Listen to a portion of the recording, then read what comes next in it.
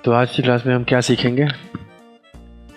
आज हम सीखेंगे विंडोज़। एक्चुअल में हम सब कुछ कर ही चुके हैं, ठीक है। लास्ट हमारा विंडोज़ है।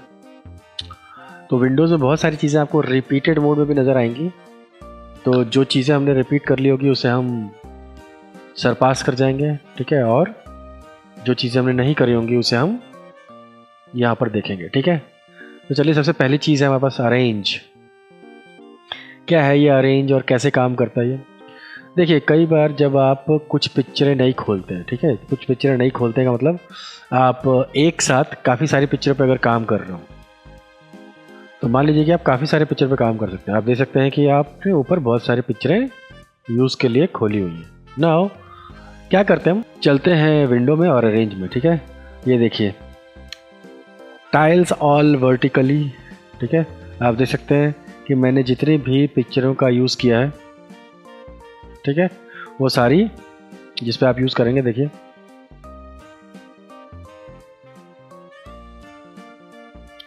तो आप इस तरीके से लगा सकते हैं अपनी पिक्चरें।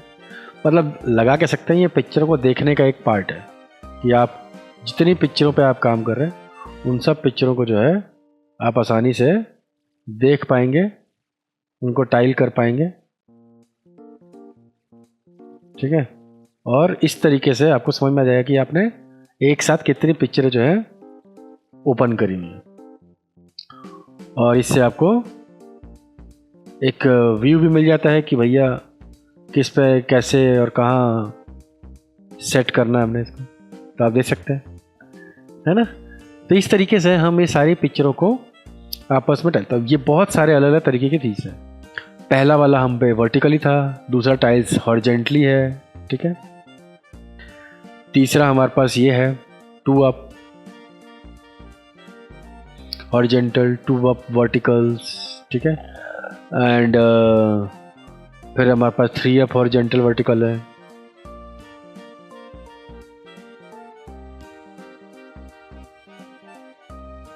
ठीक, तो ऐसे मान लीजिए कि आप कभी आप कुछ बनाने की कोशिश कर रहे हो, आसपास उसका रेफरेंस आपके पास हो, तो ये भी एक आसान काम हो जाता है कि आप रेफरेंस लेके और इन चीज़ों को यूज़ में ले सकते हैं, आपका काम आसान कर सकते हैं आप, ठीक है। यहाँ 4,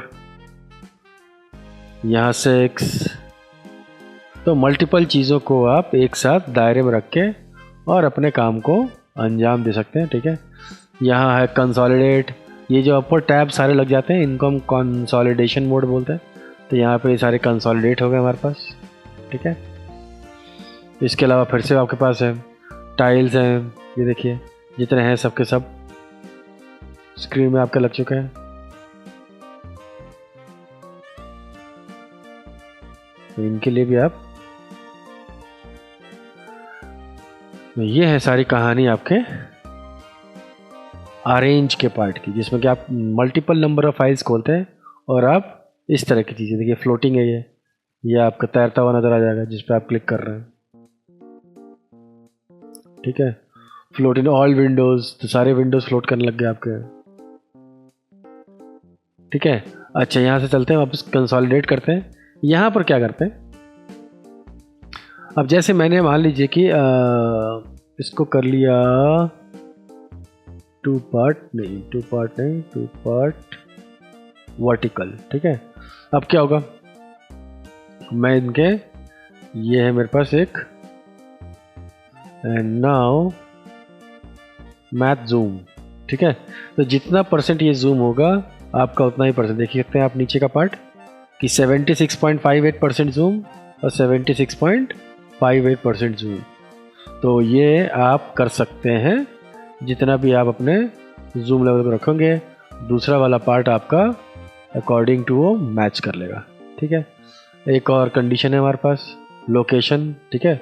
लोकेशन का मतलब है कि हाइट और विड्थ, एक्स और वाई लोकेशन में ये कैसे काम कर रहा है, ठीक है। मैं इसको खिसका देता हूँ यहाँ पे। नाउ अब इसकी लोकेशन जो वो मैच करेगा वो लोकेशन के अकॉर्डिंग देखिए, ठीक।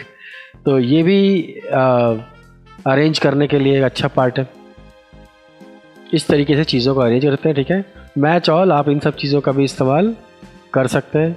जैसा भी आप एक साथ सबको रखना चाहते हैं तो आप अकॉर्डिंग टू अरेंज, ठीक है। नाउ अब कंडीशन में क्या है,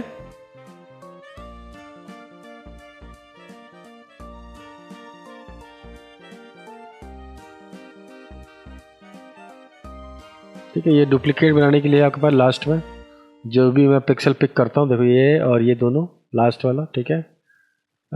जब मैं क्लिक करता हूँ ये न्यू विंडो, तो अगर आप जो भी चेंजेस करेंगे, ठीक है ना, जैसे मान लीजिए कि मैं इसको फ्लोटिंग विंडो कर लेता हूँ, और इसमें क्या होगा देखिए कि जिस भी तरह के चेंजेस मैं इस फाइल में करने जा रहा हूँ,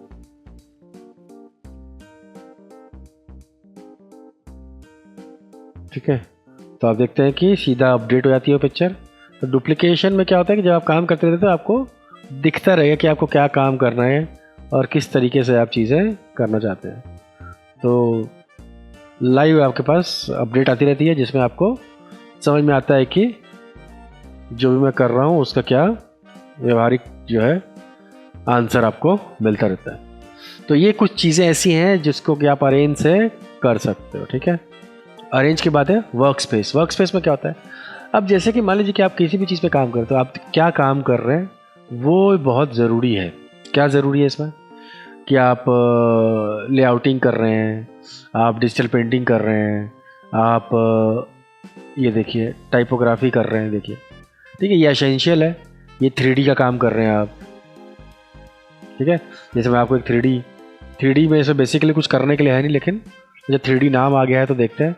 मैं इस फ़ोटो से यहाँ 3D में जाता हूँ, ठीक है, और यहाँ पर न्यू मैश फ्रॉम लेयर से मैं जाता हूँ मैश के प्रीसेट्स में, और इस पार्ट को मैं चेंज कर देता हूँ एक सोडा कैन की बॉटल में, देखिए, ठीक है।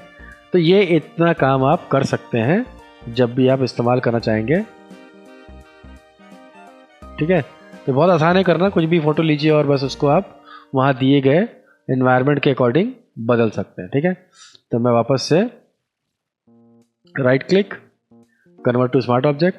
नाउ अब आप ये एज अ ग्राफिक इस्तेमाल कर सकते हैं जो भी आप करना चाहते हैं, ठीक है। ये आपका थोड़ा सा हार्श है तो आप इसको वापस से नॉर्मल कर सकते हैं, ठीक है। तो ये देखिए जैसे ही मैंने ये 3D इस्तेमाल किया तो आपको बहुत सारी चीज़ें रिलेटेड टू 3D दिख रही होंगी, सिर्फ 3D। ये हम 3D मोड में हैं और 3D के सब्सटेंस का इस्तेमाल कर रहे हैं। नाउ मान लीजिए कि मैंने इसे बंद कर दिया, ठीक है।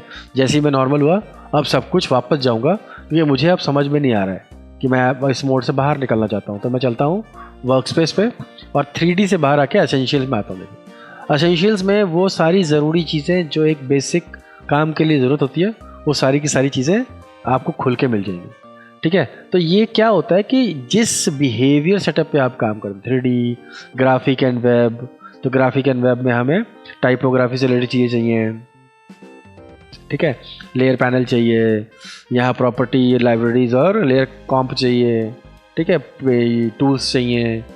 तो इससे रिलेटेड चीज़ें आपको मिल जाएंगी काम करने के लिए, आपको ज़्यादा भागना नहीं पड़ेगा। मोशन, अगर आप एनिमेशन में काम करना चाहते हो तो आपको एनिमेशन मिल जाएगा यहाँ पे, ठीक है।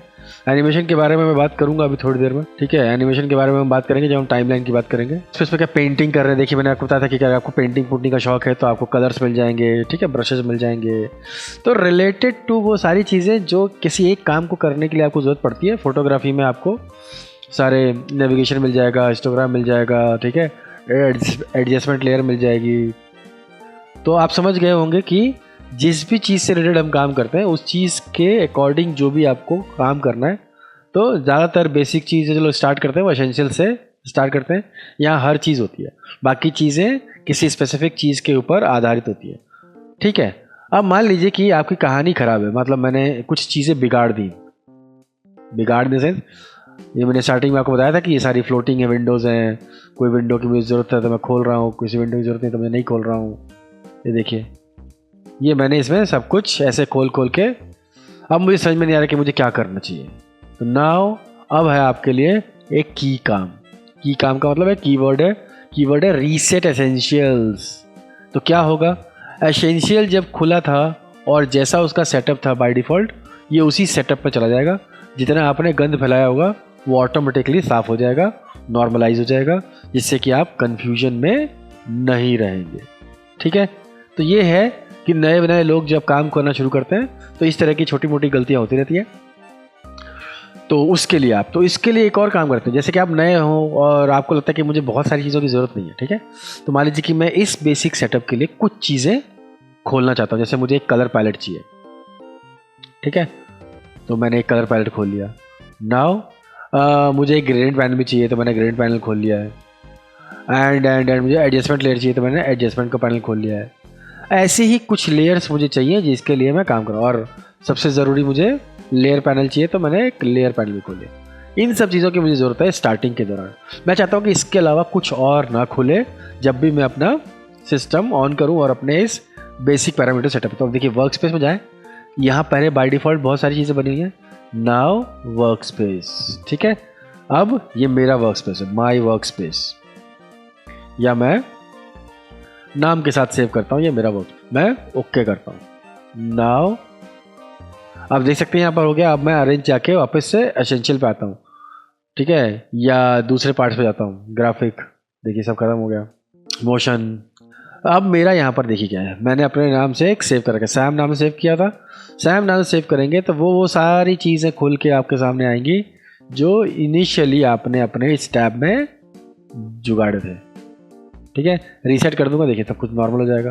ठीक है, इनका भी अगर मैं रायता फैलाता हूँ, मान लीजिए कि बंद कर दिया, मेरे गलती से बंद हो गया मेरे से ये, तो कुछ नहीं करना है आपको, दोबारा कुछ क्रिएट नहीं करना है, आपको अपने टैब को रीसेट कर लेना है, ये सब वापस आ जाएंगे। ठीक है, तो आगे समझ में कि जब आप नया काम करने जाएं तो आप इस काम को आसानी से कीजिए। तो ये इनके पहले से दिए हुए प्रोग्राम्स हैं, मैं इनको हटा देता हूँ।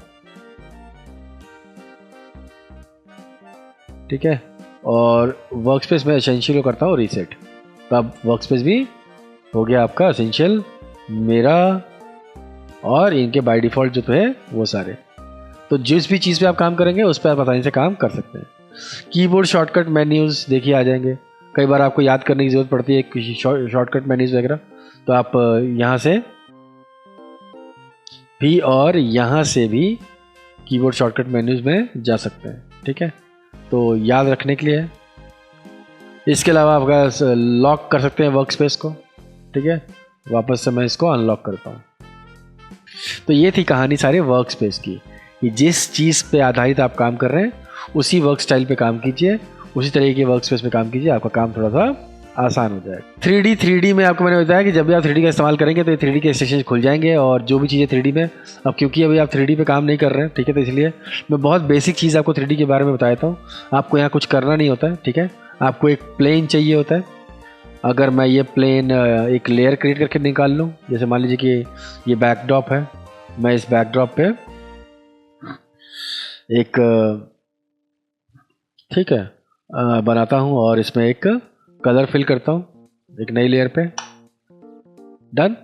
और अब मैं चाहता हूँ कि मेरा ये जो पार्ट है ये 3D में कन्वर्ट हो जाए। मैं 3D में जाऊँगा, इसके मैश को क्रिएट करूँगा। ठीक है, और इस मैश में से ये जितनी चीज़ें दी हुई हैं आप आसानी से इन सब चीज़ों को बना सकते हैं। तो मैं एज अ स्फीयर, ठीक है, तो आप देख सकते हैं कि आपका जो एक प्लेन था वो स्फीयर में चेंज हो गया। अब कहानी के अंदर बहुत सारा ट्विस्ट है। ठीक है, तो मैं उस ट्विस्ट के अंदर नहीं घुस रहा हूँ। ठीक है, 3D में 3D वाला काम 2D में नहीं करते हम लोग ज़्यादातर। तो अभी कहानी सुनाऊंगा तो बहुत सारा समय लगेगा, तो हम 3D में जा सकते हैं। और जो ये सारी चीज़ें हैं ये बेसिकली आप 3D से रिलेट करेंगे। ठीक है, यहाँ पर आपके पास पूरा सीन है, एनवायरनमेंट है, यहाँ आप देख सकते हैं। ठीक है, ये एनवायरनमेंट है, इसमें आप चेंजेस करते हैं। ठीक है, शैडो वगैरह बदल सकते हैं, कलर वगैरह चेंज करते हैं, सीन सेटअप बदल सकते हैं। तो ये सारी चीज़ें, कैमरा है, स्फीयर है आपका। ठीक है, ये बहुत सारी चीज़ें हैं, इनको अगर पढ़ाने बैठा मैं अभी तो ये बहुत सारा टाइम आपका ले लेंगे। तो 3D अगर आप कर रहे हैं तो आपको बहुत आसानी से जल्दी समझ में आ जाएगा। फिलहाल आपको इसकी 3D की ज़रूरत नहीं है, लेकिन हाँ अगर आप चाहते हैं कि आपको इन कंटेंट्स का इस्तेमाल करने को मिल जाए तो बस इसका इस्तेमाल कीजिए। राइट क्लिक करके इसको चेंज कर लीजिए। ठीक है, जैसे आप इसे चेंज करेंगे नाउ अब ये आपके लिए एज अ 2D कंटेंट कहीं इकट्ठा हो गया है और अब इसका इस्तेमाल आप कर सकते हैं किसी चीज़ के लिए, ठीक है। तो बेसिकली जो ये 3D है ये पैनल्स में घुसने का एक तरीका है 3D के पैनल्स के अंदर, ठीक है। एक और चीज़ है जिसका नाम एक्शन है, ये बहुत इस्तेमाल किया जाता है। एक्शन पता नहीं आपने कभी सुना है कि नहीं सुना है, और जो इसमें चीज़ें दिख रही हैं वो आपके किस तरीके से काम आएंगी। तो कुछ चीज़ें इसमें बाय डिफ़ॉल्ट दी हुई हैं, ठीक है। एक्शन का मतलब ज़्यादातर आपको लगता होगा कि कोई सीक्वेंस फाइट करना होता है, या तो बेसिकली एक्शन का मतलब है कोई काम परफॉर्म करना। कोई भी काम आप परफॉर्म कर रहे हैं तो हम उसको एज अ एक्शन मानेंगे। तो यहाँ एक्शन का क्या मतलब होगा, यहाँ एक्शन का एक बेसिक मतलब होगा कि मैं अब एक काम करता हूँ जिसमें मुझे बहुत सारा टाइम लगता है, मुझे 5 से 10 या 10 से 15 या 20-50 जो है स्टेप्स लगते हैं करने में। तो मैं क्या करूँगा, और मुझे मान लीजिए कि वो काम रिपीट मोड में करना है, तो मैं बार बार 50 स्टेप्स का यूज़ ना करते हुए एक एक्शन क्रिएट कर लूँगा और फिर एक क्लिक पे वो एक्शन हो जाएगा। तो ये सब बातें सुनने में और करने में क्या फ़र्क है। तो ये सबसे पहले आपको दिखाता हूँ कि पहले एक्शंस के जो बेसिक बाय डिफ़ॉल्ट सेटअप्स हैं वो यहाँ रखे हुए, ठीक है। अब देखिए यहाँ क्या होता है, मैंने इस पिक्चर को पिक किया, मैंने विनिएट लिया, सेलेक्ट किया और यहाँ दिया प्ले बटन, ठीक है। तो जैसे ही मैंने ये क्रिएट किया ये विनिएट लग गया है, ठीक है। अब इसने ये क्या क्रिएट करके दे दिया मुझे नहीं पता चला, लेकिन अब मैं वापस से कुछ ऐसा क्रिएट करता हूँ ताकि आपको उसका दिखे लुक, ठीक है। फ्रेम चैनल वुडन फ्रेम देखिए, ठीक है। क्या होगा, इसके चारों तरफ एक वुडन फ्रेम लग जाएगा, ठीक है। ये देख सकते हैं आप, एक वुडन फ्रेम ऐड हो गया इस पिक्चर के चारों तरफ। आप देख सकते हैं ये सब मुझे करने की ज़रूरत नहीं पड़ी, फ्रेम ऐड हो गया, एक क्लिक में ये सारी चीज़ें सिस्टम ने अपने आप बना दी, ठीक है। इनमें से एक और चीज़ है, जैसे मैंने मोल्टन लेड इस्तेमाल किया और प्ले कर दिया, देखते हैं कुछ क्या असर, ये देखिए, है ना। इस तरीके से आप इस्तेमाल कर सकते हैं ऐसे बहुत सारी चीज़ें जो कि, तो अब ये बनाने का भी तरीका है, आप अपना भी एक पार्ट एक्शन क्रिएट कर सकते हैं, ठीक है। चलिए दिखाते हैं आपको, एक एक्शन क्रिएट करते हैं हम लोग। नाउ हम यहाँ पर एक एक्शन क्रिएट करेंगे। क्या एक्शन क्रिएट करेंगे हम, और मैं कुछ चीज़ें इस्तेमाल करूँगा जो इसमें ऑटोमेटिकली यूज़ आएंगी। जैसे मैंने आपको बताया कि यहाँ पर 90% चीज़ों का इस्तेमाल किया जाता है। ये एक्शन आपको यहाँ भी मिलेगा फोटोशॉप में, जो ज़्यादा इस्तेमाल होता है। वैसे इलस्ट्रेटर में भी है, इलस्ट्रेटर में थोड़ा कम इस्तेमाल करते हैं, बट वहाँ भी कर लेते हैं। यहाँ ज़्यादा मात्रा में इस्तेमाल होता है, और यहाँ क्योंकि बहुत सारी चीज़ें हैं इस्तेमाल करने के लिए, तो ऑलमोस्ट यहाँ पर 90% चीज़ें जो है आप एक्शन के अंदर परफॉर्म करवा सकते हैं, ठीक है। चलिए हम अपना एक्शन बनाते हैं, कैसे करना है काम। यहाँ देखिए नीचे कुछ बटन्स हैं, डिलीट प्लस, ये कब आप अवगत हैं यहाँ से, ठीक है। इनका यही काम है। बस आपके लिए नई चीज़ें जो हैं, ये 3 चीज़ें हैं, स्टॉप, रिकॉर्ड और प्ले। तो अगर हमें कोई एक्शन बनाना है तो हम बाहर क्लिक करें और यहाँ से एक फोल्डर क्रिएट करें, ठीक है। अब यहाँ देखिए सेट क्रिएट्स हैं, मैं चाह रहा हूँ कि मैं भी एक सेट क्रिएट कर लूँ ताकि मुझे कन्फ्यूजन ना हो। मैंने एक सेट क्रिएट कर लिया, ठीक है। नाउ अब मैं क्या करूँगा, तो पहले मैंने एक फ़ोल्डर बनाया, ठीक है। फ़ोल्डर बनाने के बाद मैं एक्शन क्रिएट कर रहा हूँ, ठीक है। तो अब मैंने फ़ोल्डर बनाने के बाद मैं चाहता हूँ कि मेरा इस फोल्डर के अंदर सामान रहे। यहाँ से जाके मैं एक्शन क्रिएट करता हूँ, न्यू एक्शन बटन मोड में, और यहाँ से अपने एक्शन का नाम रखता हूँ कलर, ठीक है। और इसको मैं रिकॉर्ड शुरू करता हूँ। तो जैसे ही मैं यहाँ रिकॉर्डिंग शुरू करूँगा आपको क्या दिखेगा, देखिए ये लाल बटन ऑन हो गया। इसको मुझे तब रोकना है जब मेरी रिकॉर्डिंग कंप्लीट हो जाए। ऐसा नहीं कि स्क्रीन रिकॉर्ड करेगा ये, तो आपको कोई जल्दीबाजी करनी है, बस ये जो एक्शन आप परफॉर्म करेंगे वो एक्शन रिकॉर्ड करेगा। तो आइए सबसे पहले हम एक्शन में रिकॉर्ड करते हैं कोई एडजस्टमेंट वाली चीज़ें। जैसे मुझे लेवल एडजस्ट करना है हल्का सा, मुझे वाइब्रेंस अटैच करना है थोड़ा सा, ठीक। एंड देखिए आप जितनी मात्रा में मैं सब कुछ कर रहा हूँ वो ऑटोमेटिकली चीज़ें रिकॉर्ड करता जा रहा है।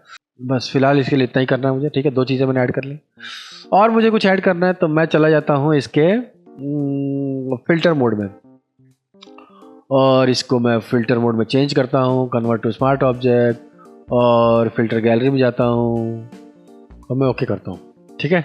आप देख सकते हैं कि ये सारी चीज़ें मैंने लगा ली और ये इसने रिकॉर्ड कर ली। नाउ मैं स्टॉप करता हूँ, ठीक है। ये फाइल सेव भी कर सकता है, ठीक है, फाइल रीसाइज भी कर सकता है, बहुत सारी चीज़ें कर सकता है, ठीक है। तो आप ट्राई कीजिएगा इसे। मैंने ये 4 चीज़ें रिकॉर्ड करी है, स्टॉप, मेरा काम ख़त्म। तो सैम के अंदर ये कलर नाम से एक प्रोफाइल बना दी है ना। अब मैं देखिए यहाँ किसी और चीज़ पे, जैसे इस चीज़ पे इस्तेमाल करता हूँ, और इतनी सारी चीज़ें मुझे याद भी नहीं थी कि मैंने क्या किया था, कितना लेवल लिया था, क्या, तो वो सब आपको याद रखने की जरूरत नहीं है। नाउ क्लिक एंड प्ले, ये देखो, तो वो एज इट इज सारी चीज़ें आपके दूसरे सिस्टम पे आ जाएंगी। एडजस्टमेंट, ठीक है, एडजस्टमेंट हमने कर रखा है। आप आते हैं, एडजस्टमेंट के बहुत सारे पार्ट्स हैं, इनको यहाँ से भी इस्तेमाल करते हैं, यहाँ से भी इस्तेमाल कर सकते हैं, यहाँ से भी इस्तेमाल कर सकते हैं। तो इसकी पूरी कहानी हमने सेट कर रखी है। तो यहाँ से आपको ऑटोमेटिकली जो भी आप करेंगे उसके लिए खोलते जाएंगे और आप इसका इस्तेमाल कर सकते हैं, ठीक है। तो ये सारी चीज़ों पे मैं डिस्कशन नहीं करूँगा। ब्रश सेटिंग, इस पे भी हमने बहुत सारी बातें कर चुके हैं, तो ब्रश सेटिंग आपको यहाँ मिल जाएंगी, ठीक है। ब्रशेज और ब्रश सेटिंग एक ही में आते हैं। चैनल्स हम बात करते हैं क्या, कि हम लगातार इस पे काम करते रहते हैं, ठीक है। चैनल्स लेयर 4 चैनल से मिलके बनती हैं, ये 4 चैनल आपके पास हैं। बाकी कुछ आप ऐड सब्ट्रैक्ट करते हैं तो वो भी आसानी से कर सकते हैं, नया अल्फ़ा क्रिएट कर सकते हैं, ठीक। कैरेक्टर्स, इस पे भी हम बात करते हैं। टाइपोग्राफी में हमने देखा था कैरेक्टर सेटअप, पैराग्राफ, और इनके साथ 2 चीज़ें हमने ऐड की थी, और character styles and paragraph styles, ठीक है। तो ये सारी चीज़ें हम डिस्कस कर चुके हैं।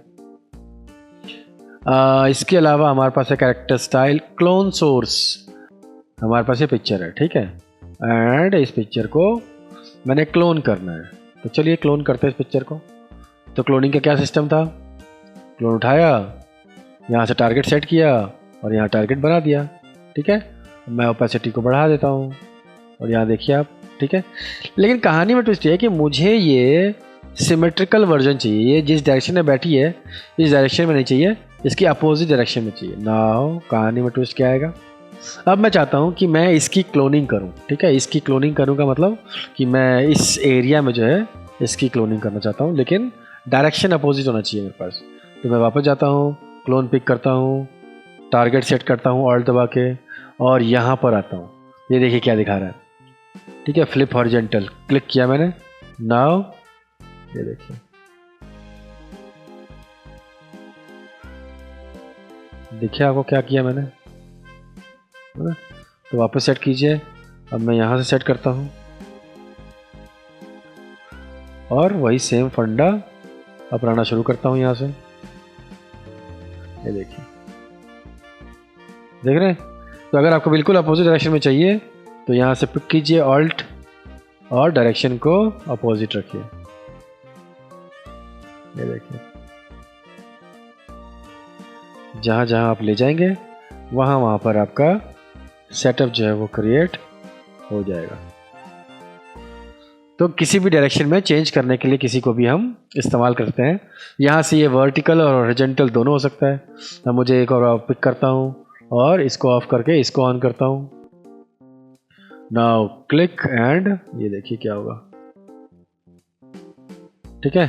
तो मैंने वर्टिकल डायरेक्शन में जो है अपना सेटअप बना लिया।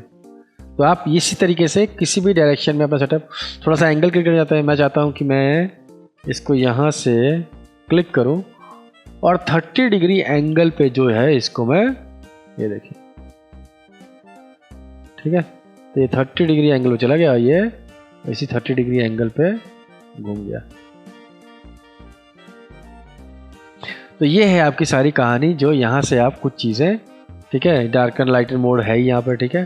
तो ये बेसिकली ये जो दो चीज़ें हैं ये काफ़ी इंपॉर्टेंट रोल प्ले करती हैं जब हम क्लोन करते हैं, ठीक है।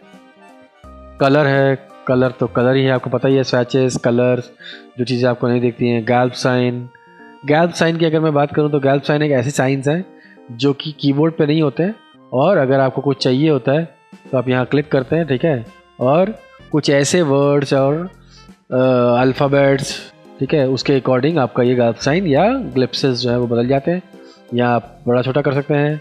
इसको इस्तेमाल करने का अच्छा तरीका क्या है, डबल क्लिक, ठीक है, डबल क्लिक आप करते हैं और यहाँ पर आपका बन जाता है जो आपने इस्तेमाल किया है, ठीक है। तो ऐसे जो हैं साइन आपको जो मिल जाती हैं वो यहाँ से मिल जाएंगे।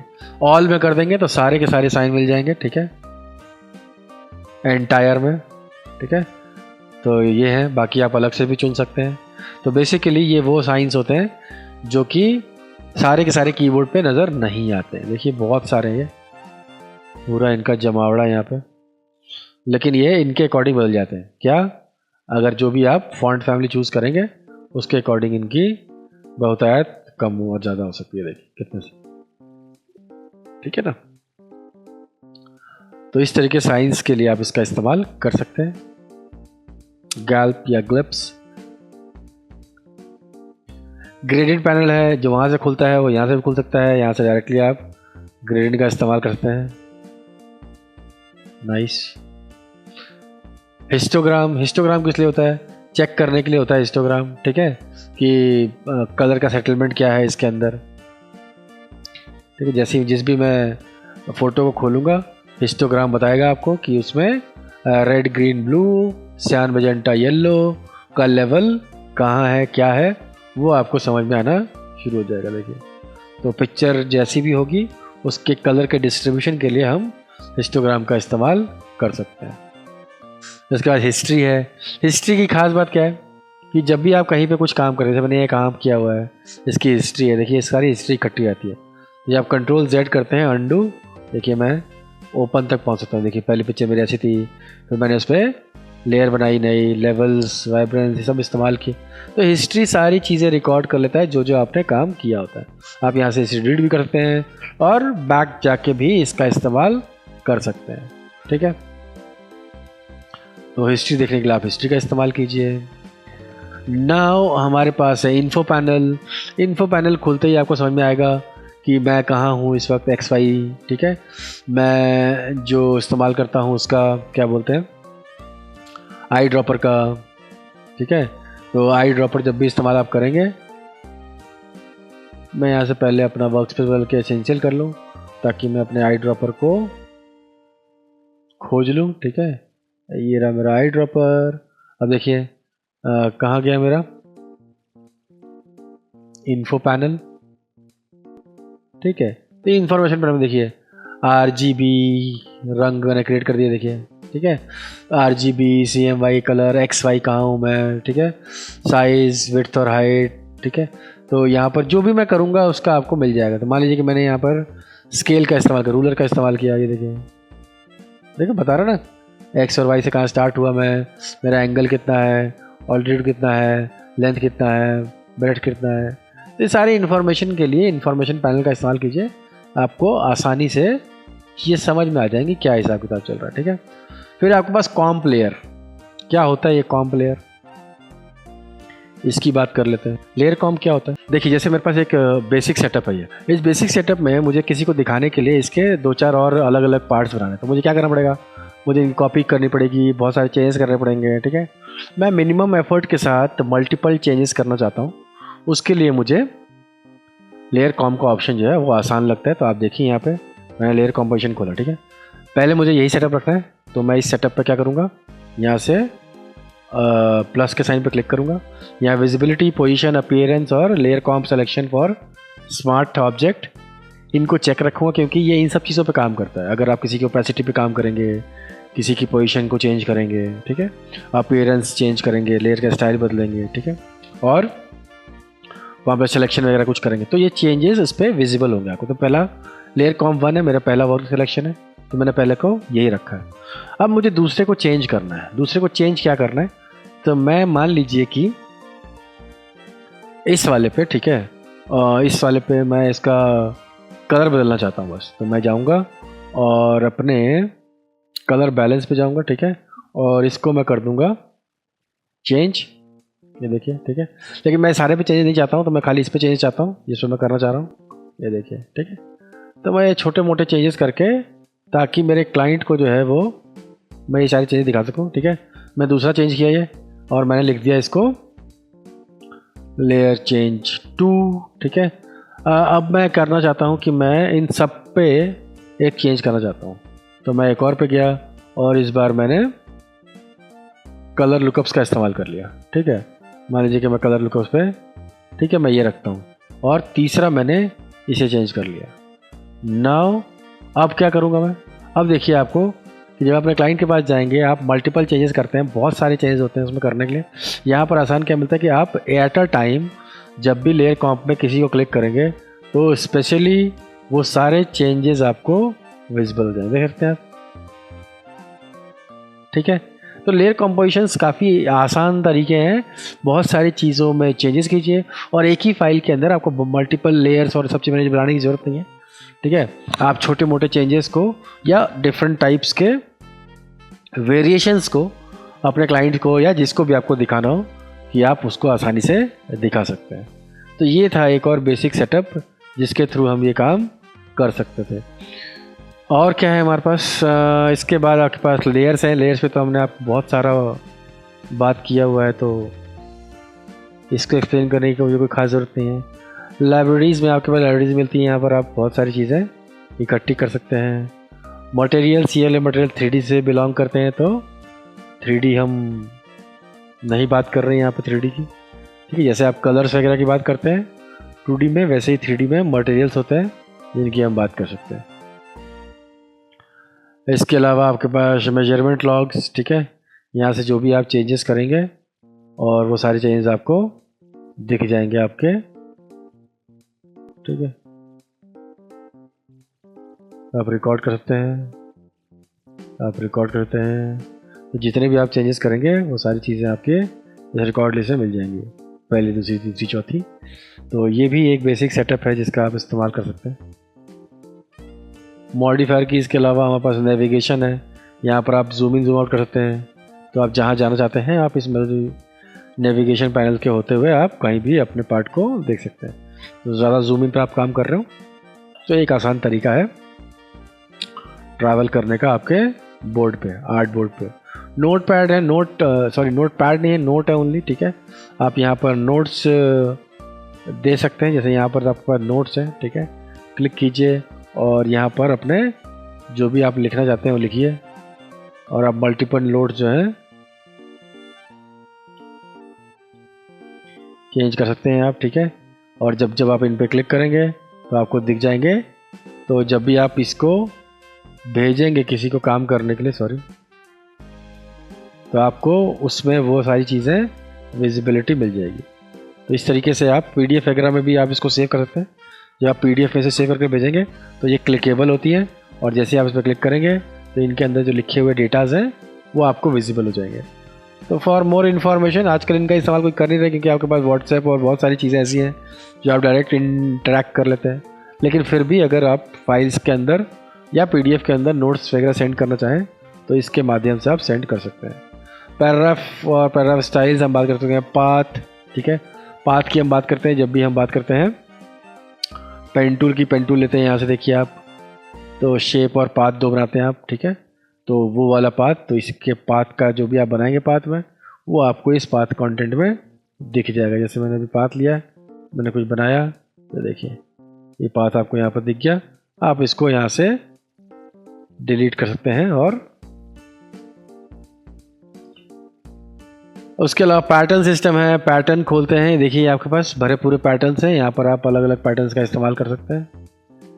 प्रॉपर्टी पैनल है, ये बहुत अच्छी चीज़ है आज की तारीख में। ठीक है, जिस किसी चीज़ से भी आप ताल्लुक़ रख रहे हैं उनकी प्रॉपर्टीज़ आपको दिख जाएगी। टेक्स्ट लेता हूँ, देखिए, तो टेक्स्ट से रिगार्डिंग जितनी चीज़ें हैं आपको यहाँ दिखनी शुरू हो जाती है।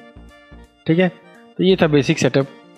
जब भी आपको लगे कि कुछ ऐसी चीज़ हो गई है तो आपको घबराने की ज़रूरत नहीं है, आप सीधे सीधे जाइए और काम कीजिए। प्रॉपर्टी पैनल पे खोलिए और प्रॉपर्टीज़ को चेक कीजिए यहाँ से। ठीक है, शेप, यहाँ पे आपको ये शेप मिल जाते हैं सारे। ठीक है, ये शेप आपको यहाँ मिल जाते हैं, ये शेप आपको यहाँ मिल जाते हैं। ठीक है, स्टाइल्स भी आपको मिल जाती हैं यहाँ पर यूज़ करने के लिए। स्वैचेस पैनल, कलर का पूरा पैनल यहाँ मिल जाता है आपको काम करने के लिए। टाइम लाइन को मुझे लास्ट में इस्तेमाल करना है तो टूल प्रीसेट है मेरे पास। ठीक है, तो टूल प्रीसेट का इस्तेमाल करता हूँ मैं, ये देखिए। तो जो भी आप टूल प्रीसेट्स में आपको दिख जाएगा। ठीक है,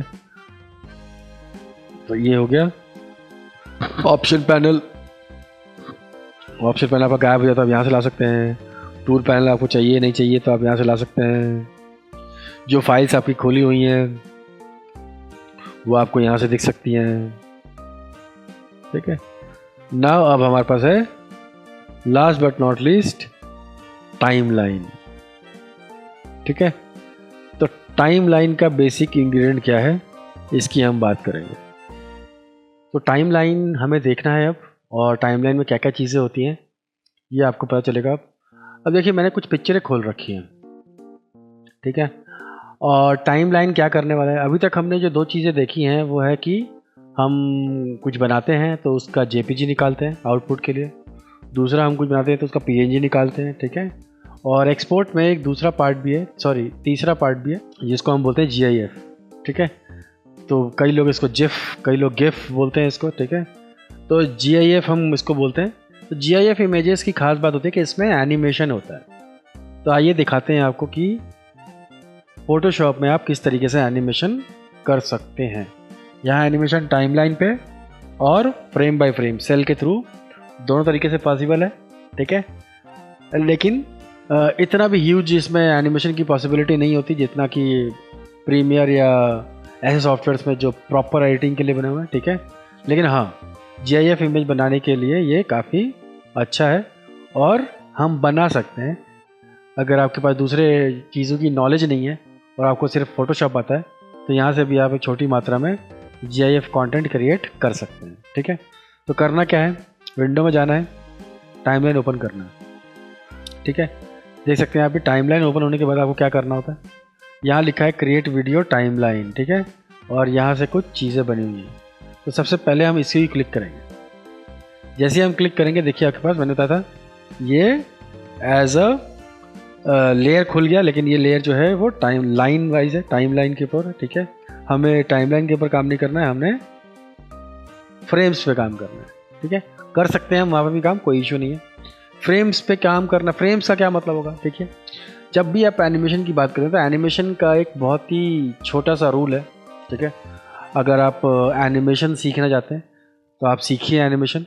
एनिमेशन के जो बेसिक कंटेंट्स है वो आपको यहाँ बता दूंगा, ताकि जो हम यहाँ कर रहे हैं और उसका जो आंसर आ रहा है वो क्यों आ रहा है उसका लॉजिक आपको समझ में आ जाए। तो नॉर्मली एनिमेशन क्या होता है, कई लोग बोलते हैं कि एनिमेशन का मतलब होता है कि कोई रुकी हुई चीज़ को हम मूवमेंट दे दें, ठीक है। कई लोग कुछ और। तो मेरा मानना क्या है कि एनिमेशन क्या होता है, देखिए हमारे पास कुछ चीज़ें होती हैं जिसको हम बोलते हैं ट्रांसफॉर्मेशन, ठीक है। देखिए ट्रांसफॉर्मेशन मैंने क्या किया, कंट्रोल टी किया। कंट्रोल टी करने के बाद मेरे पास क्या मिला, ये बाउंडिंग बॉक्स। और यही ट्रांसफॉर्मेशन जो है ये एनिमेशन के लिए जिम्मेदार है। जैसे सबसे पहला ट्रांसफॉर्मेशन है मूव, ये एनिमेशन के लिए जिम्मेदार है। दूसरा ट्रांसफॉर्मेशन है रोटेट, ये भी एनिमेशन के लिए जिम्मेदार है। और तीसरा स्केल, ये भी जिम्मेदार है एनिमेशन के लिए, ठीक है। इसके अलावा भी बहुत सारी चीज़ें जिम्मेदार हैं एनिमेशन के लिए। जैसे अगर मैं यहाँ ट्रांसफॉर्म में आपको दिखाऊं तो scale, rotate, skew, distort, perspective, warp, जितनी चीज़ें आपको दिख रही हैं, ठीक है, ये सारी चीज़ें ये सब जिम्मेदार हैं एनिमेशन के लिए। और इन्हीं को हम बोलते हैं ट्रांसफॉर्मेशंस। ये ट्रांसफॉर्मेशंस हमें एनिमेशन के लिए जो ज़रूरी चीज़ें हैं वो मुहैया कराती है, ठीक है।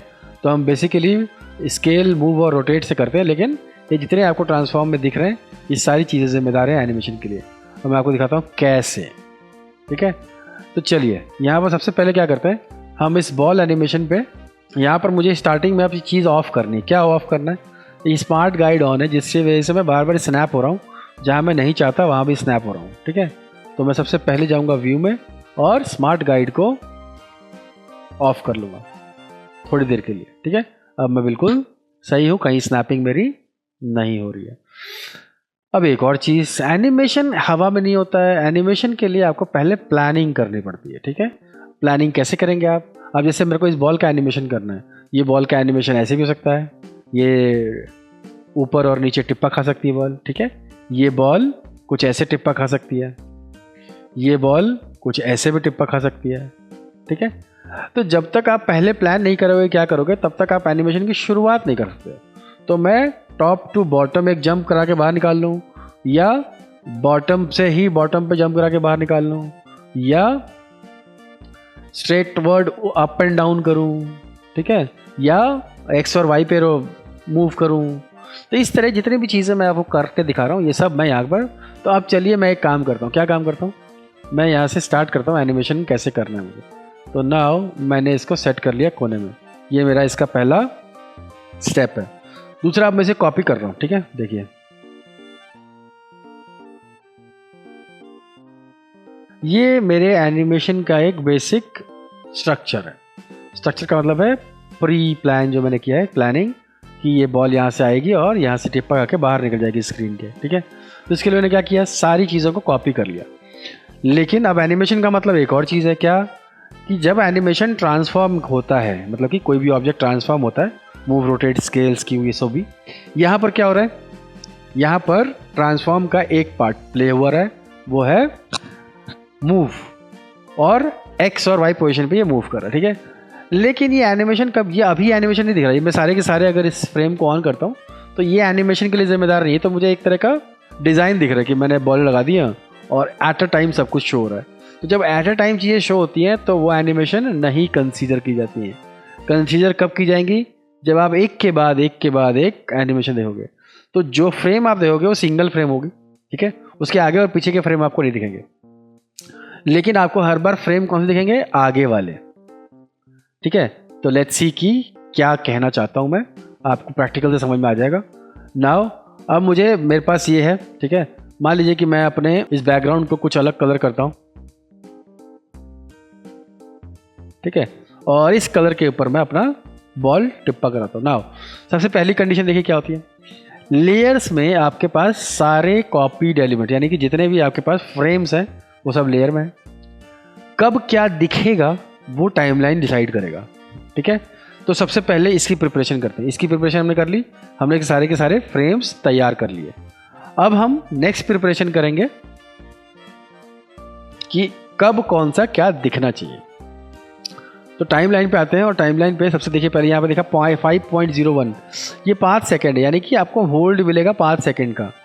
ये बहुत डिले कर देगा आपका ये होल्ड, ठीक है।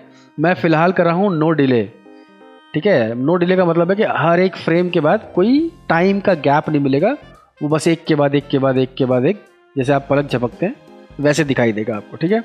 तो सबसे पहली कहानी क्या है, पहले मैंने ये ऑन कर लिया, ठीक है। ये इसकी आँख खोली हुई है, इसकी आइज़ ओपन है, और यहाँ पर एक लेयर बनाई मैंने टाइमलाइन पे, ठीक है।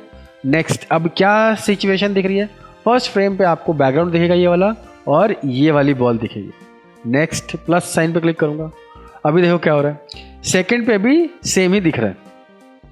तो अब मैं क्या करूँगा, इसको ऑफ कर दूंगा और इसको ऑन कर दूंगा। नाउ ये देखिए क्या हुआ, दिख रहा है आपको।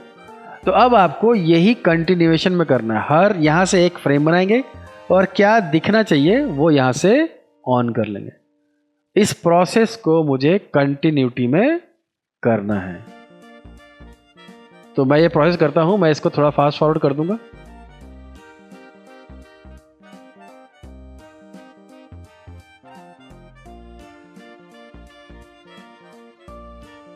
डन। आपने देखा कि मैंने इस टाइमलाइन पे भी अपने सारे फ्रेम सेट कर लिए। अब मुझको आंसर देखना है, इसका आंसर क्या होना चाहिए। यहाँ देखिए, पहले नीचे आप देखेंगे सब में 0-0 सेकेंड्स है, यानी कि नो डिले है। यहाँ देखिए आपको 3 तरह की चीज़ें मिल जाएंगी। वंस ये है प्ले बटन, ये देखिए, ठीक है। वंस के बाद 3 टाइम्स, तो अब ये 3 टाइम टिप्पा खा के जाएगा, और ये बहुत ही सही। और मैं चाहता हूँ कि मैं फॉरएवर देखता रहूँ, तो मैं फॉरएवर देखता रहूँगा और ये प्ले चलती रहेगी कहानी। डन। तो ये आपको समझ में आ गया कि एनिमेशन कैसे हो रहा है, ठीक है। मूवमेंट एक्स और वाई पोजीशन पे चल रही है, इसीलिए आपको इस तरीके से, और हर बार आपको एक सिंगल फ्रेम नज़र आ रहा है। जहाँ ही मैं इसे रोकूंगा आपको समझ में आएगा। अभी 17वां फ्रेम नज़र आ रहा है, अभी 7वां फ्रेम नज़र आ रहा है, अभी 15वां फ्रेम नज़र आ रहा है, अभी 20वां फ्रेम। तो हर एक बार में आपको एक फ्रेम दिख रहा है और जो कंटिन्यूटी में आपको नज़र आ रहा है, इसीलिए ये आपको एनिमेशन लग रहा है देखने में।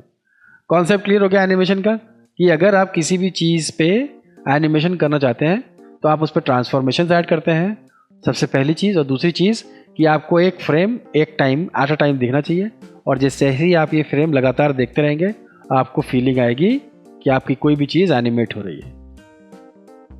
ठीक है, आ गया बेसिक मोटिव समझ में। अब देखिए ये एक एनिमेशन है, ये बहुत नॉर्मल एनिमेशन है। अगर आप एनिमेशन के अंदर घुसना चाहते हैं, उसकी अच्छे से पढ़ाई करना चाहते हैं, तो प्रिंसिपल ऑफ एनिमेशन, एनिमेशन के बेसिक कॉन्सेप्ट्स, जितना आप वो पढ़ते जाएंगे धीरे धीरे वो चीज़ें आपकी क्लियर हो जाएंगी। इस तरह के एनिमेशन आप बहुत बचकाना एनिमेशन है, ठीक है। हाँ, लेकिन बिगनर्स के लिए ठीक है, ठीक है। एनिमेशन में बहुत सारी चीज़ें ऐसी होती हैं जो स्टार्टिंग में हमें समझ में नहीं आती है, लेकिन जैसे ऐसा भी पढ़ते जाएंगे, अभी एक बिगनर को लग रहा होगा कि ये बहुत जादू हो रहा है, बट जो एनिमेशन जानते हैं उनको इसमें बहुत सारे खामियां नज़र आ रही होंगी। तो हमने ये वाला काम उनके लिए नहीं किया है, हमने ये बिगनर्स के लिए किया हुआ है, ठीक है। तो आप इस तरह से हर चीज़ का एनिमेशन कर सकते हैं रिगार्डिंग कि आपको ट्रांसफॉर्मेशन क्या ऐड करनी है और एट अ टाइम आपको सिंगल चीज़ दिखानी है, मल्टीपल कंटेंट्स को यहाँ लेयर पर रखना है, ठीक है। ये सब कुछ मिला के आपको एक एनिमेशन दिखेगा। दूसरी चीज़ है कि अब मैं इसे किसी को भेजना चाहता हूँ, मुझे ये एनिमेशन दिखना चाहिए कहाँ पर, वीवर में। वीवर का मतलब जहाँ पर हम फोटोज़ देखते हैं अपनी, ठीक है। यहाँ चलते हैं आपके पास, फाइल, एक्सपोर्ट। अब यहाँ पर देखिए एक्सपोर्ट करूँगा तो यहाँ पर मुझे कोई प्ले का ऑप्शन नज़र नहीं आ रहा है, ठीक है। तो मैं पहले यहाँ से चेक करूँ एक बार क्या मेरे पास ऐसा कुछ ऑप्शन है। और मुझे सबसे पहले मैंने आपको क्या बताया था कि ये GIF फाइल है, तो GIF फाइल में एनिमेशन होगा, तो पहले मुझे JPG और ये छोड़ के GIF पे आना पड़ेगा। GIF पे आने के बाद एक्सपोर्ट ऑप्शन पे आते हैं, ठीक है। क्रोम में इसको एनिमेशन करते हैं, ठीक है। तो यहाँ पर ऐसा कुछ भी नहीं है जिससे मैं ऐसे एनिमेशन परफॉर्म कर सकूं, लेकिन मैं इसे सेव करूँगा, ठीक है। एक्सपोर्ट, डाउनलोड्स,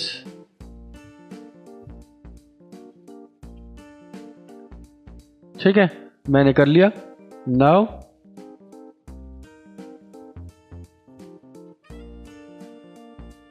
और यहाँ डबल क्लिक करूँगा तो देखिए यहाँ पर मूवमेंट नज़र नहीं आ रही, प्ले नहीं हो रहा है ना, देख रहे हैं आप।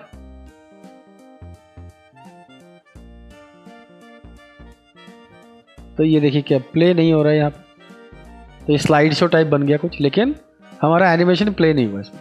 अब ये एनिमेशन प्ले करते हैं, ठीक है। तो अब क्या करेंगे हम, अब हम चलेंगे फाइल, एक्सपोर्ट, और यहाँ आएगा लेगेसी, ठीक है, web legacy, save for web legacy, click करिए, ठीक है। यहाँ पर प्रीव्यू चेक करना चाहते हैं, प्रीव्यू चेक कर लीजिए। ये आप देख सकते हैं कि आपकी बॉल जो है अब दिख रही है एनिमेट होती हुई, ठीक है, ये देखिए। तो और ये आपको सर्च इंजन में दिख रही है एनिमेट होती हुई। नाउ अब मैं यहाँ पर वापस से GIF सेलेक्ट रखना है, याद रखिएगा आपको कोई दूसरा वर्जन सेलेक्ट नहीं रखना है, क्योंकि GIF सेलेक्ट करने से आपको क्या मिलेगा, एनिमेशन का कंटेंट। नाउ सेव करूँगा मैं इसको, वापस से चला जाऊँगा डाउनलोड्स पे ही, ठीक है। इसका नाम रख दूंगा मैं बॉल 2।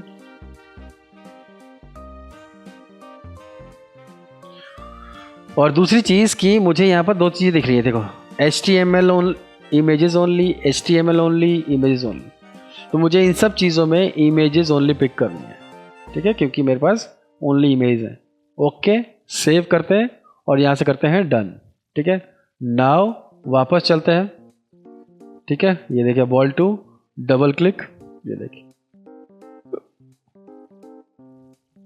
तो अब आप ये किसी को भेजेंगे तो वो अपने वीवर में इसे देख पाएगा खोल के एनिमेट होता हुआ। जैसे आप नॉर्मल पिक्चर्स देखते हैं वैसे ही अब आप GIF कंटेंट को भी इंजॉय कर सकते हैं अपने वीवर में, ठीक है। तो ये आपका फोटो व्यूवर है और ये आप बता दिया मैंने कि आपको एनिमेशन कैसे करना है, इसको एक्सपोर्ट कैसे करना है, और आप किसी को शेयर करना चाहते हैं तो आपको क्या करना पड़ेगा। डन।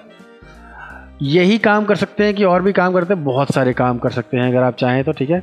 हम और देखते हैं हमारे पास क्या है। जैसे आप देखिए, मान लीजिए कि आपके पास आपकी ड्राइंग अच्छी है, ठीक है, तो मान लीजिए कि मेरे पास एक कंटेंट पड़ा हुआ है, ठीक है, तो मैं एक वॉक साइकिल बनाना चाहता हूँ। मैंने आपको पहले ही कहा कि अगर आप बहुत डेप्थ में जाना चाहते हैं तो आपको एक अलग पढ़ाई करनी है। मैं यहाँ पर आपको एनिमेशन नहीं सिखा रहा हूँ, मैं उसमें GIF कंटेंट कैसे बनाएंगे आप उसके बारे में बता रहा हूँ, ठीक है। तो वापस से हम इसके फ्रेम वाले पार्ट में चलते हैं, ठीक है। ध्यान दीजिएगा, नो डिले करते हैं, ठीक है। यहाँ मेरे पास कुछ, आप देखिए आपकी ड्राइंग अच्छी है तो आप पेपर पर ड्राइंग कीजिए और आप उन पेपर्स के ड्राइंग को भी फ़ोटो खींच के और सिस्टम में ला के और अप्लाई कर सकते हैं, ठीक है। अब मान लीजिए कि एक फ़ोटो है, मैं अच्छा ड्राइंग नहीं करता हूँ, लेकिन अगर मुझे रेफरेंस मिला हुआ है, इस रेफरेंस का यूज़ मैं कैसे कर लूँगा देखिएगा, ठीक है। अब मेरे को हर एक जो स्टेप है वो मुझे चाहिए, ठीक है।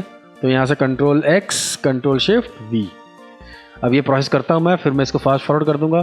तो कंट्रोल शिफ्ट वी से करने से क्या हुआ, ये वहाँ से कट के दूसरे लेयर में आया है और पोजीशन सेम है इसकी, देखिएगा, है ना। तो बस कंट्रोल शिफ्ट वी इसलिए करते हैं ताकि आप सही जगह पे रहें और आपका एरिया बदल जाए बस, ठीक है। ये इस जगह पे है, कंट्रोल एक्स यहाँ से गायब हो गया, लेकिन ये दूसरे लेयर में आएगा, लेकिन सेम जगह पे आएगा, ठीक है। ये मैं इसलिए कर रहा हूँ ताकि मुझे पता चल जाए कि मैंने किसको किसको सेलेक्ट करके और काट लिया है, कंट्रोल एक्स।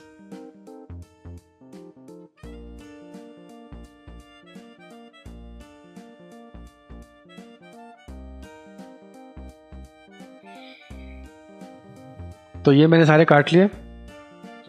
लास्ट लेयर पे जाता हूं और एक सेम कलर फिल करता हूं मैं, ठीक है। और यहाँ से आप देख सकते हैं कि ये मेरे पास सारे पोजेस हैं यहाँ पे, ठीक है। नाउ चलते हैं वापस से और अब मैं आपको दिखाता हूँ वर्क साइकिल। तो सबसे पहले फर्स्ट स्टेप, ठीक है, यहाँ प्लस किया मैंने, second step and so on.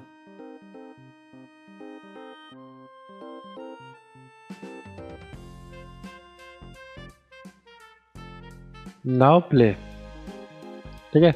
अब ये बहुत तेज दिख रहा है, बहुत ज़्यादा तेज है ये, ठीक है।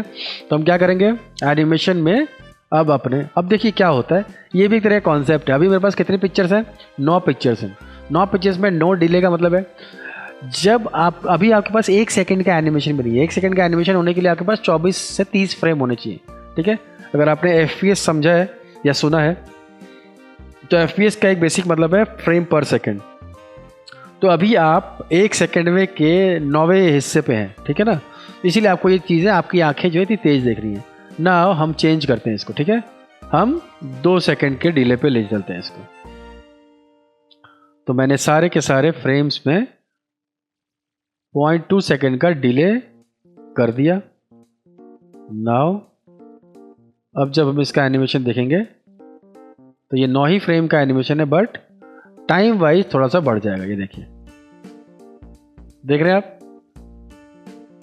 तो सिंपल एनिमेशन समझ में आया। अभी इससे पीछे जो हमने बॉल किया था उसमें क्या था, उसमें हमने पोजीशन चेंज की थी। यहाँ भी हम पोजीशन चेंज कर रहे हैं, लेकिन पोजीशन में बॉल एक राउंड शेप था, यहाँ पूरी बॉडी है। तो बॉडी में आपको क्या दिख रहे हैं, पोजेस, ठीक है।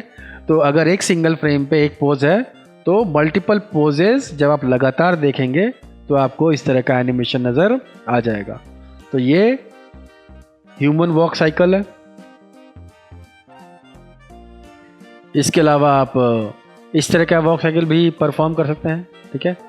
अगर मैं आपको दिखाऊं, इसमें मैं कुछ नहीं करूँगा, मैंने पहले बताया कि मैं ड्राइंग नहीं करता हूँ, तो मैंने रेफरेंस लिया हुआ है और मैं इस रेफरेंस को वापस से इस्तेमाल करके देखूंगा अभी, ठीक है।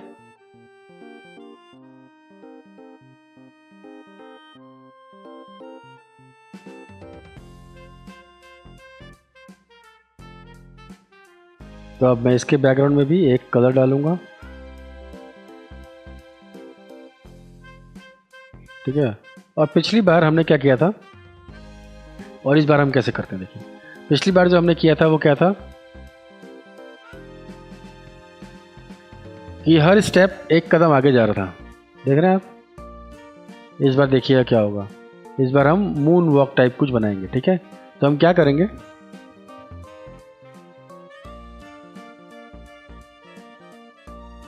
हम इन सबको चूज कर लेते हैं और चलते हैं अपने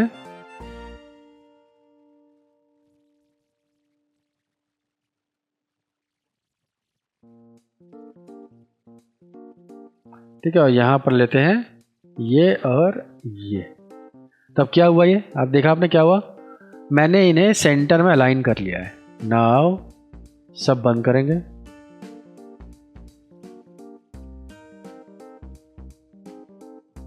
ठीक है, तो अब देखते हैं यहाँ क्या करते हैं हम। तो यहाँ चलते हैं, वापस से फ्रेम पे चलते हैं और मैं अपना पहला फ्रेम ऑन करता हूँ, 5 सेकंड को करता हूँ, क्योंकि इसमें भी कम 9 ही फ्रेम है। ठीक है, याद रखिएगा। तो मैं इसको पहले से ही 2 सेकंड पे लेता हूँ। 0.2 सेकंड लेने का मतलब कि जो अगला फ्रेम बनाऊंगा वो भी 0.2 सेकंड का ऑटोमेटिकली ले लेगा। ठीक है, तो यहाँ से हर बार मुझे वही सेम काम करना जो मैंने पिछली बार किया था।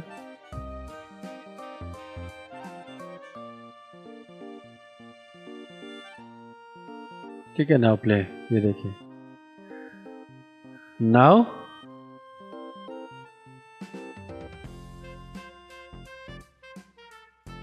ठीक है, लास्ट वाले फ्रेम पे ये रुक रहा है। ठीक है, यानी कि लास्ट फ्रेम देखेंगे आप तो ये बिल्कुल सेम फ्रेम है, इसमें बिल्कुल भी। तो मैं क्या करूँगा, इस फ्रेम को डिलीट कर दूंगा। नाउ प्ले, देख रहे हैं? तो ये जो कंटिन्यूटी बनी है, क्योंकि अगर आपका लास्ट और first frame same to same रहेगा तो वो एक फ्रेम पे पॉइंट जितना भी मैंने सेकंड दिया है उससे ज़्यादा टाइम टेक कर, इसीलिए वो आपको रुका हुआ नज़र आता है। ठीक है, और इसके अंदर मैं दूसरा काम क्या करूँगा कि जो बैकग्राउंड है उसको अगर मैं मूव करा दूँ तो ये लगेगा कि ये चलता हुआ पार्ट है। ठीक है, अब जैसे मैं इसको रोकता हूँ यहाँ पे, मैं यहाँ से वापस से टाइमलाइन पे चलता हूँ। ठीक है, आप देख सकते हैं ये। तो यहाँ पर मैं आपको दिखाऊँ तो फ्रेम वाला आपके लिए ज़्यादा टैकल करना आसान था। ठीक है, और यहाँ पर ये बहुत ही, तो यहाँ पर मुझे लास्ट में एक ऐसा फ्रेम लेना पड़ेगा जिसे मुझे मूव करना पड़ेगा। ठीक है, तो ये जो कहानी है कुछ ऐसे काम करती। तो ये फ्रेम वाला पार्ट है और बाकी जो है टाइमलाइन का वो अलग पार्ट है। ठीक है, यहाँ से भी रिवर्स फ्रेम कर दूंगा इसको, तो आप देखिएगा ये उल्टे चलने लगेंगे भाई साहब, ये देखिए। ठीक है, रिवर्स मैं आपको यहाँ रिवर्स करके दिखाऊंगा अगर, तो यहाँ से भी आप देख सकते हैं, रिवर्स कर दूंगा तो ये भाई साहब उल्टे चलेंगे आप, ये देखिए। ठीक है, तो अगर आप गलती से भी आपको लगता है कि आपने गलत फ्रेम पिक कर लिए तो आपको दोबारा से काम करने की ज़रूरत नहीं है, आप यहाँ आके रिवर्स फ्रेम कर दीजिएगा तो वो वापस से नॉर्मल मोड में चलना शुरू कर देगा। यहाँ से भी इसको नॉर्मल मोड करते हैं, रिवर्स फ्रेम, तब ये आगे की तरफ बढ़ना शुरू हो जाएगा। तो ये था बेसिक इंटरेस्ट। यहाँ पर देखिए न्यू फ्रेम, जैसे मैंने प्लस का साइन लिया, न्यू फ्रेम, डिलीट फ्रेम। ठीक है, डिलीट एनिमेशन, कॉपी फ्रेम। ठीक है, select all frames, go to, आप कौन से फ्रेम में जाना चाहते हैं, प्रीवियस, फ्रंट, लास्ट। ठीक है, ट्विन क्या होता है, रिवर्स फ्रेम देख लिया, optimise animation, convert to video timeline, जैसे मैंने अभी दिखाया था वीडियो टाइमलाइन में भी कन्वर्ट हो सकते हैं आप। ठीक है, तो वीडियो टाइमलाइन को वापस से मैं फ्रेम पे कर लेता हूँ और फिर से मैं देखता हूँ। अनियन स्किन्स हैं हमारे पास। अनियन स्किन्स क्या होती हैं? ठीक है, अनियन स्किन्स का मतलब देखो, मैं अगर अपने इस वाले फॉर्म में जाता हूँ वापस से, ठीक है, और यहाँ पर मैं आपको अनियन स्किन दिखाऊंगा अगर। ठीक है, तो अनियन स्किन तभी दिखती है जब मैं, इसका मतलब क्या होता है? अनियन स्किन का सिंपल मतलब होता है कि जब भी जिस भी आप फ्रेम पर रहेंगे उसके आगे पीछे वाले फ्रेम्स आपको नजर आएंगे। और अनियन स्किन को आप बढ़ा भी सकते हैं अगर इसमें ऑप्शन हुआ बढ़ाने का। तो देखिए अनियन स्किन ऑन करना और इसकी सेटिंग, इसकी सेटिंग में देखिए फ्रेम बिफोर और आफ्टर, आप कितने फ्रेम देखना चाहते हैं वो आप देख सकते हैं। ठीक है, तो ये ट्रेसिंग वाला सेंस है। ठीक है, मैंने आपको बताया कि जैसे जैसे आप एनिमेशन के बारे में ज़्यादा जानेंगे तो आपको ये सब बेसिक चीज़ों का मतलब धीरे धीरे पता चल जाएगा। मैं यहाँ 2-2 कर लेता हूँ। ठीक है, तो आप देख सकते हैं कि आप आफ्टर और बिफोर टाइमलाइन पे एनिमेशन देख सकते हैं। ठीक है, तो ये जो है बेसिक पर्पस है, लेकिन ये टाइमलाइन पे ही दिखेगा आपको। अगर मैं इसको इस पर कर रहा हूँ फ्रेम वाइज पे, तो फ्रेम पे ये आपको नज़र नहीं आएंगे भाई साहब। ठीक है, तो फ्रेम वाला हिसाब किताब में नहीं है। ठीक है ना, तो टाइमलाइन पे आता है। पैनल ऑप्शंस पे ये छोटे चाहिए बड़े चाहिए आप। ठीक है, तो आप साइज़ जो है इसके बड़े छोटे देख सकते हैं यहाँ पे। क्लोज एंड पूरा ग्रुप बंद करने के लिए बोल रहा है, ठीक है। तो ये कुछ बेसिक ऑप्शन हैं यहाँ पे। एक ट्विनिंग का ऑप्शन है एक और, ठीक है। तो चलिए आइए ट्विनिंग की बात करते हैं, क्या होता है ट्विनिंग। इसके लिए मुझे एक और चाहिए। नाउ कलर चेंज कर लेते हैं थोड़ा सा, और एनिमेशन का थोड़ा ये चेंज कर लेते हैं, ठीक है।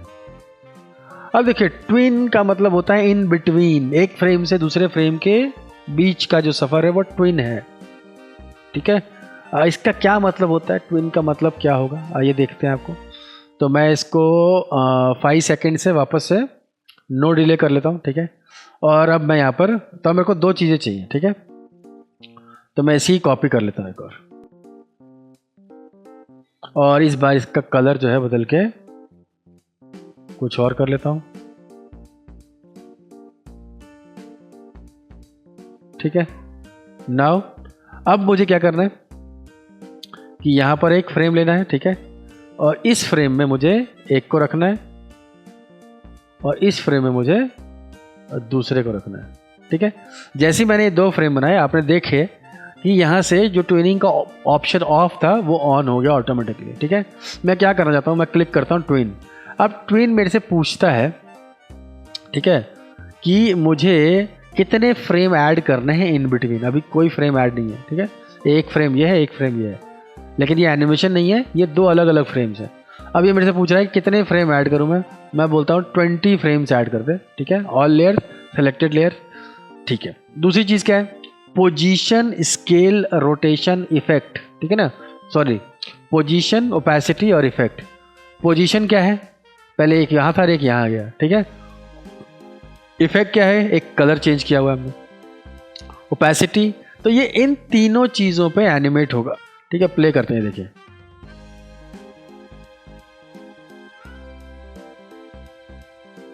ठीक है ना। तो यही चीज़ें जो हैं आपके पास एनिमेशन में है। तो ये ट्विनिंग है, ये 2 फ्रेम के बीच में होती है।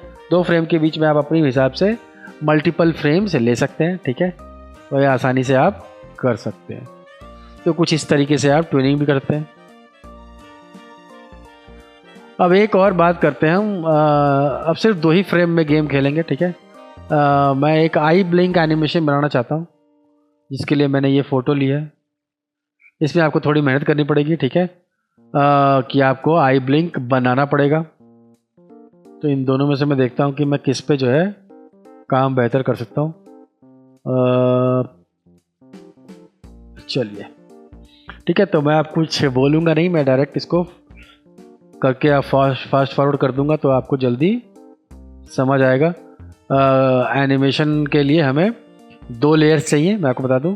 एक आइज़ ओपन चाहिए, एक आइज़ क्लोज चाहिए। तो एक आइज़ क्लोज को मैं क्रिएट करने की कोशिश करता हूँ, देखता हूँ कितना अच्छा क्रिएट हो सकता है वो, कौन सी आइज़ क्लोज होंगी, ठीक है। या मैं लिप को भी यूज़ कर सकता हूँ, ठीक है।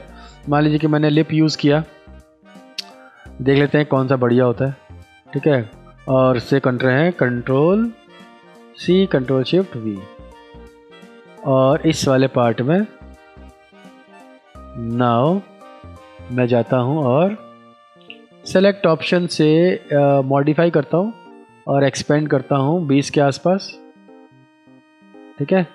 और इस वाले लेयर पे मैं करता हूँ कंटेंट अवेयर, ख़त्म हो जाएगा ये।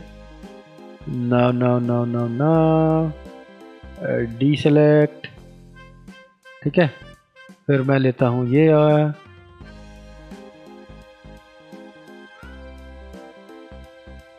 ठीक है ना। बहुत ही गंदा लग रहा है, बट बेयर विद मी, ठीक है। No no no no no. अब हमारे पास इसको थोड़ा सा हम वो करेंगे,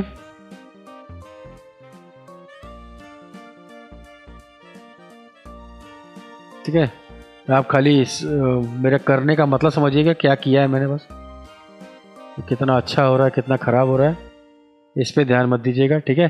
तो एक फ्रेम पे मैंने लिया ये, और एक फ्रेम पे मेरे पास ये है। तो पहला फ्रेम ये है और नेक्स्ट फ्रेम जो है वो मेरे पास ये है और वो है ये, ठीक है। नाउ इस फ्रेम पे ये ऑफ और इस फ्रेम पे ये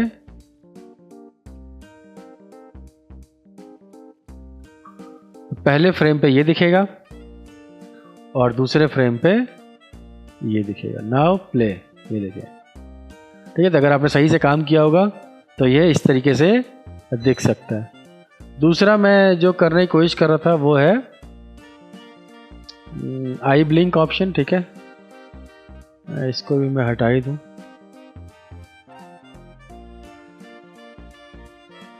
तो आई ब्लिंक मुझे बनाना पड़ेगा, ठीक से ध्यान दीजिएगा आप भी।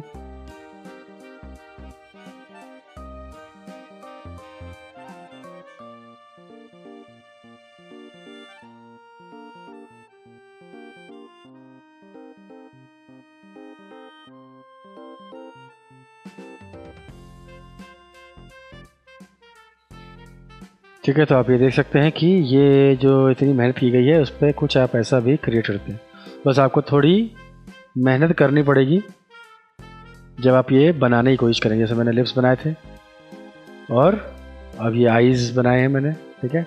तो आपको ओपन क्लोज में फर्स्ट और लास्ट फ्रेम पे चीज़ें रखनी है और उसके बाद इसको इन बिटवीन टाइम जो है वो सेट करना है।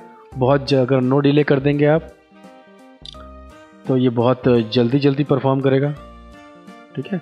और इसी में 2 फ्रेम में ही आप अपने हिसाब से थोड़ा डिले करेंगे तो आपको थोड़ा सा रियलिस्टिक नज़र आएगा। तो यहाँ आपको थोड़ी आर्टिस्टिक वैल्यू की ज़रूरत है। अगर यहाँ पर आर्टिस्टिक वैल्यू रखते हैं आप तो बहुत ही सही चीज़ें परफॉर्म कर सकते हैं। तो ऐसे छोटी मोटी चीज़ें ब्लिंकिंग कराना, ठीक है, ये कराना, आसमान में लाइट्स का ब्लिंक कराना, ठीक है, स्टार और इन सब चीज़ों को और छोटे मोटे आइकन्स को, तो किसी भी तरह की चीज़ में मोमेंट और ये सब चीज़ें होती हैं तो आपको एनिमेशन जो है वो परफेक्टली नज़र आता है। तो ये सारा एक बेसिक मोटिव था आपको क्रिएट करने का, बताने का कि एनिमेशन जो है वो किस हद तक पॉसिबल है फोटोशॉप के अंदर, ठीक है, और ये सब चीज़ें किस तरीके से परफॉर्म होंगी, ठीक है। तो होप सो आपको ये सब समझ में आ गया होगा। ये मेरी लास्ट वीडियो है इस सीरीज़ की। इसके बाद मैं कोई नई सीरीज़ लेके आऊँगा, तब आपसे मिलूँगा। तब तक पढ़िए, पढ़ाइए, ज्ञान बढ़ाइए।